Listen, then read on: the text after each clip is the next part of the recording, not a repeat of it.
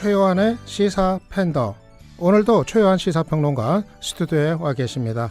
예, 안녕하세요. 예, 반갑습니다. 지구상의 모든 시사 새끈하게 팬다 끝까지 판다 시사팬더 최요한입니다. 예, 제가 지난주 금요일에 태풍 오는데 무사하시라 좀 인사드렸던 것 같은데 예. 무사하게 오셨어요. 아니 정말 다 긴장했었지 않습니까? 생각보다 피해가 다들 적어서 참 다행이라는 생각이 듭니다. 예, 그런데 기상청장이 교체가 됐더라고요. 설마 태풍 예보 틀렸다고 해서 교체된 건 아니겠죠? 그건 아니겠지요. 그렇지만 뒷말이 많은 건 사실입니다. 예, 아무튼 이게 오비락인지 예. 태풍 예보 틀려서 그런 건지 잘 모르겠어요. 예. 예. 오늘 어떤 소식부터 전해주시겠어요? 아무래도 민주당 전당대회 결과죠? 그렇습니다. 7선의 이해찬 의원이 그리고 초선 최고위원회는 박주민, 박강원, 김혜영, 서른 남인순 의원이 선출되면서 69일간의 대정전이 마무리됐습니다. 좀 정리해 볼 필요가 있는데요. 예. 일단 이해찬 당대표 득표율이 42.88%입니다. 그리고 송영길 30.73, 김유표 26.39. 예. 근데 이제 42.88%라는 것이 지금 그 더불어민주당의 전체 당 개파 구도상 상당히 많은 득표를 한 거예요. 지금 사실은 이해찬 의원이 13대, 그러니까 1988년부터 지금 내리 7선을 했거든요. 예. 그러니까 2008년도인 18대에는 출마를 하지 않았었고요. 그다음 이제 관악을 해서 세종시로 옮겨서 연속으로 당선이 됐죠. 7선인데 대부분 다 50%를 넘지 않는 42%에 47% 사이에서 득표를 했거든요. 근데 이것이 이제 의미가 있다라는 거는 지역이라기보다 당내의 개파 구도상 이 42.8%는 상당히 많이 얻었다 이렇게 말씀드릴 수가 있겠습니다. 예, 사실 이해찬 의원이 출마했을 때만 하더라도 예. 이해찬 대세론. 그러니까 뭐 이거 싱거운 게임 되는 거 아니냐 이런 좀 전망도 많았는데 네. 뭐 득표 이렇게 나온 거 보니까 그래도 뭐 송영길 후보라든가 뭐 좀 선전들 한 것 같아요. 이 정도면. 그렇죠. 지금 송영길 30%, 김진태 26%라는 거는 합치면 일단 이해찬 의원을 뛰어넘기 때문에 상당히 황금 배분율을 보인다라고 말씀드릴 수 있고 또 의미가 있다는 건 방금 말씀하셨던 대로 박주민, 김혜영 초선 의원들이 최고위원 선출직이 됐다는 거죠. 그러니까 예. 그러니까 굉장히 노련한 지도부와 패기 있는 지도부가 만들어졌다 이렇게 말씀드릴 수 있습니다. 예, 박주민 의원만 하더라도 그래도 좀 알려졌는데 예. 그동안 여러 가지 활동 통해서 예. 김혜영 의원은 누구냐 좀 생소해하는 분들이 많더라고요. 그렇습니다. 예, 김혜영 최고위원 좀 아세요? 그러니까 어떤 분이에요? 사실은 김혜영 의원에 대해서는 열심히 한다는 것만 알려져 있고 실제로는 많이 알려져 있지는 않습니다. 지금 1977년생이에요. 예. 그러니까 굉장히 젊은 국회의원이고요. 그러면은 부산 연제구 41살 그 정도. 그렇죠. 예. 부산 연제구이고 부산대학교 법학과를 졸업한 이제 변호사 출신입니다. 그러니까 지역에서 이제 지금 20대 전반기에서는 이제 국회 정무위원회 위원을 역임을 했는데 지금 부산 지역에서 변호사 활동을 계속하면서 부산일보라든지 지역 활동을 계속 오랫동안 했던 사람입니다. 예, 지역도 부산이니까 문재인 대통령 이제 대선 치를 때, 그렇죠. 그때 이제 줄곧 함께하고 네. 그랬던 이제 정치인인데 아무튼 글쎄 41사람이 청년이라고 해야 돼요. 어떻게 해야 돼요? 정치권에 젊은 거죠. 정치권에선 청년이라고 하더라고요. 예. 그래서 좀 이 청년들의 좀 의사 좀 잘 대변하는 그런 이제 최고위원 지도부가 이제 됐으면 합니다. 예. 이렇게 되니까 지금 올드보이들의 귀환 이런 얘기도 나오는 것 같아요. 민주평화당은 정동영 대표 예. 그리고 바른미래당은 어쩌면 손학규 대표 체제가 들어설 가능성이 좀 상당히 커 보이고 그렇습니다. 전에 같은 당에서 한솥밥 먹기도 했던 그런 관계들인데 좀 이색적이에요.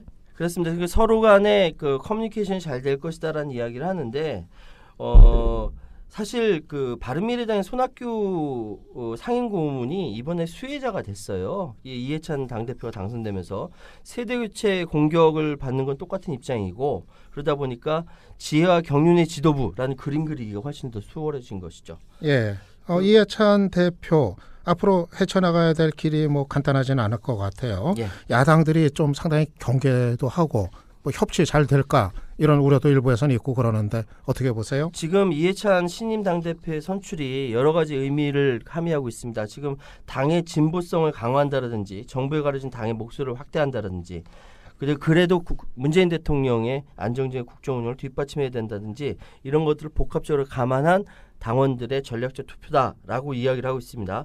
근데 뭐 맨 처음 뭐 민생경제 관련돼서 야당과 최고 수준의 그 협치를 하겠다라고 이야기는 했지만 워낙 이번에 이해찬 대표의 캐치프레이즈가 강한 리더십이거든요. 이것이 야당과 과연 어떤 그림을 그리게 될 것인지는 한 100일까지는 가봐야 되지 않을까요? 그렇죠. 최고 수준의 협치면은 그게 뭘까요? 연정 얘기하는 건가? 최고 수준의 협치면은? 이해찬 대표가 연정까지는 생각하지 않을 거예요. 왜냐하면은 이전에 있었던 그 대연정의 트라우마가 워낙 커가지고 노무현 정부 때, 참여정부 때 그때 그 트라우마가 너무 커서 연정까지는 생각하지 않을 거고 대신 최고 수준의 협치에 대해서는 아직 그림이 구체적으로 나오지는 않았거든요. 그러니까 민생경제 관련돼서 같이 민생 법안이나 경제 정책에 대해서 같이 이렇게 진행하겠다라고 위원회 만들어서 진행하겠다라고 얘기했는데 이것이 정치적 선언은 아닌가라는 의심도 드는 것이 지금 사실 당이 청와대와 독자적인 목소리를 내기는 힘든 상황이거든요. 그러니까 시민사회단체, 노동계, 재계 등 전체적으로 당이 조율하는 데 만들 기회야 되는데 이것이 과연 어떤 그림을 그릴 것인지는 아직까지는 미지수입니다. 아무튼 강한 집권당 대표가 될 거는 좀 분명해 보이는 것 같아요. 그리고 오늘 아침 신문 보니까 박원순 시장 이름이 그냥 대문짝만하게 여기저기 등장했더라고요. 여의도 용산 개발 계획 이거 일단 중단 선언했어요. 좀 한 발 뒤로 물러선 거로 봐야 될까요? 그렇죠. 지난달 10일에 여의도를 신도시급으로 개발하겠다. 서울역에서 용산역 철로를 지하한 후에 거기 마이스 회의, 관광, 전시, 이벤트 이런 것들 단지와 쇼핑센터 짓겠다 구상을 발표했는데 의도와 무관하게 일대 그러니까 여의도 일대뿐만 여의도 용산뿐만 아니라 그 부근까지 모두 다 부동산 매물이 사라졌어요. 그래서 호가도 이제 한 1억 원 이상 뛰었고요. 이게 굉장히 당황스러웠던 것이죠. 그래서 박원순 시장이 이후에 이제 한 방에 다 개발하겠다는 게 아니라 차츰차츰 이제 지속 가능성을 고려한 종합적 도시계획이 필요하다. 이렇게까지 진화를 했음에도 불구하고 시장이 진정되지 않은 거예요. 그러니까 아예 뒤로 개발 추진 보류하겠다는 입장을 명확히 한 것이죠. 아까 호가라고 하시네. 보통 호가 하지 않아요? 네. 이제 제가 버릇이 돼가지고. 아니. 방송어법으로는 호가가 맞는 것 맞죠. 같기도 하고 그래서. 그래서 저는 전문 방송인의 그 경륜이 나오는 거 이제 싶어서. 효과라고도 하고요. 그러니까 방송할 때 무슨 효과라고도 얘기하지 않습니까? 근데 효과라는 말이 입에 붙다 보니까 이것도 호가라고 이제 말이 붙었네요. 자, 좋은 의미로 말씀드립니다. 감사합니다. 어쨌든 1억 이상 뛰었답니다. 저는 부동산도 그런데 아무래도 박 시장 입장에서 이렇게 번복을 한 거 이게 상당히 이제 혼란도 따르는 건데 상당히 이제 부담스러웠다는 얘기죠. 그렇죠. 그동안. 그러니까 아예 지금 부동산 호가가 1억 이상 올라가면서 그 전체적인 책임이 자신에게 돌아갈 수 있는 충분한 이유가 되기 때문에 물러섰고 사실 그전에는 김현미 장관, 국토부 김현미 장관과 대립이 있었거든요. 그렇죠. 왜냐하면은 대규모 개발 계획은 계획에 대한 그 부동산 시장에 미친 영향이 굉장히 크기 때문에 정부와 논의해야 된다라는 것이 김현미 장관의 주장이고 그런데 이제 사실은 도시계획원이라는 건 서울시장에 있는 건 지자체장한테 있는 건 사실이거든요. 그러다 보니까 원론과 현재 상황이 조금 이렇게 좀 부딪히 충돌하는 것이 있었고 그러다 보니까 대결구도 비스무리하게 프레임이 짜졌어요. 그러니까 여러 가지 이야기할 게 많지만 박 시장이 이번에 일단 워낙 지금 부동산이 심각하게 과열되다 보니까 한 걸음 물러난 것이고 그럼에도 불구하고 지금 향후에 사실 서울역에서 용산까지 이르는 그 지역 개발 필요성이 예전부터 오랫동안 되어 있었기 때문에 이 부분에 대해서 개발에 대한 이야기는 없을 수는 없습니다. 실제로 그래요. 용산 가보면은 그 좋은 곳에 참 정비가 많이 안 돼 있고 그렇습니다. 이거 좀 정비하고 좀 제대로 더 거주 환경 좋게 해야겠다는 생각은 들거든요. 그런 이야기가 있으니까 이제 박 시장이 이야기를 했던 것이고요. 어쨌든 이 부분은 지금 그 가계부채 문제라든지 부동산 문제라든지 그다음에 경제 문제에 굉장히 직접적인 영향을 미치는 것이기 때문에 이제 한 발 물러선 거는 어쩔 수 없는 것이고 지금 박 시장과 김현미 장관 사이에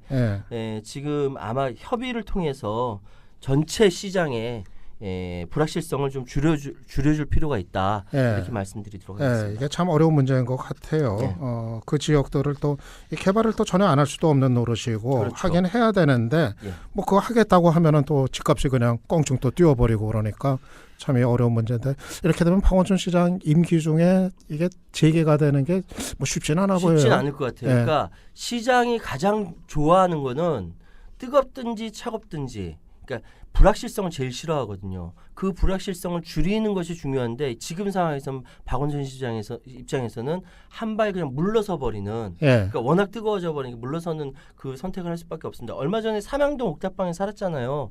강북 개발까지는 이야기하겠는데 그거 거기서 이제 용산 여의도 이 개발이 부동산 시장에 직접적인 영향을 미치는 부분이 있기 때문에 어쩔 수 없는 부분인 것 같습니다. 뭐 취소된 건 아니고 이제 중단이라고 하는데 언제 뭐 다시 추진이 가능할지는 뭐 여러 가지로 유동적인 그런 문제인 것 같습니다. 오늘 여기까지 하는 걸로 하죠. 감사합니다. 지금까지 시사팬더 최요한 시사평론가였습니다. 국민라디오 팟캐스트 응원하는 가장 쉬운 방법 아시나요? 다운로드하기, 별점 주기, 댓글 달기, 구독하기. 국민라디오 팟캐스트 널리 알리는 가장 쉬운 방법. 다운로드하기, 별점 주기, 댓글 달기, 구독하기. 기억하세요. 다운로드하기, 별점 주기, 댓글 달기, 구독하기.